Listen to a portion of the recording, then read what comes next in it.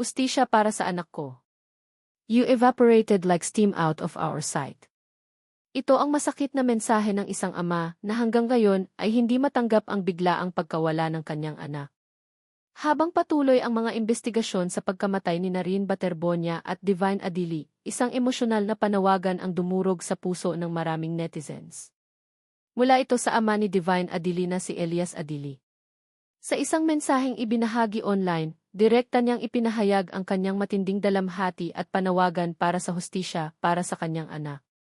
Anya, I want justice for my son Chukwemeka Divine Adili. Hindi lamang isang basketball player si Divine para sa kanyang pamilya. Isa siyang anak na puno ng pangarap. Isang kabataang nagdala ng karangalan hindi lamang sa kanyang paaralan, kundi maging sa kanyang bansa. Ayon sa kanyang ama, kabilang si Divine sa koponang kumatawan sa Nigeria sa isang international tournament sa Pilipinas noong 2024. Nagkampiyon ang kanilang koponan at kabilang pa umano si Divine sa mga pinakamahusay na manlalaro ng torneo. Ngunit higit pa sa mga medalya at tropeo, ipinagmamalaki ng kanyang pamilya ang kanyang dedikasyon, sipag at pagmamahal sa larong basketball. Ayon kay Elias Adili, ibinigay ng kanyang anak ang lahat para sa Ateneo Blue Eagles. Pinaghirapan niya ang bawat training.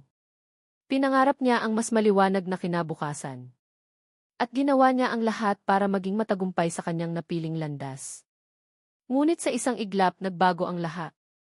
Sa kanyang emosyonal na mensahe, sinabi ng kanyang ama, Divine, your family is highly pained and devastated by your demise. At isa sa pinakamasakit na bahagi ng kanyang pahayag ay nang ilarawan niya kung gaano kabilis nawala ang kanyang anak. Anya, you evaporated like steam out of our sight. Isang pangungusap na nagpapakita ng sakit ng isang magulang na hindi man lamang nagkaroon ng pagkakataong maghanda sa pagkaw. Dagdag pa niya, Divine, we miss you and our tears seem endless. Habang binabasa ng marami ang kanyang mensahe, ramdam ng publiko ang bigat ng pagkawala na dinadala ngayon ng pamilya Adili. Hindi lamang sila nawalan ng isang atleta.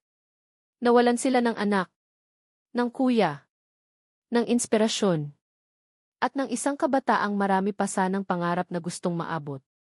Sa ngayon, patuloy pa ring hinihintay ng pamilya ang buong katotohanan sa likod ng trahedyang ikinasawi nina Divine Adili at Narine Baterbonia. At para sa kanilang mga magulang, hindi matatapos ang paghahanap ng mga sagot hanggat hindi nila naunawaan kung ano talaga ang nangyari sa araw na iyon. Kung nais mong makiramay sa pamilya ni Divine Adili at Narine Baterbonia, mag-iwan ng comments. At kung naniniwala kang dapat lumabas ang buong katotohanan para mabigyan ng kapayapaan ang kanilang mga pamilya, comment justice for Divine and Narine. Like, share, at follow para sa mga verified updates tungkol sa case.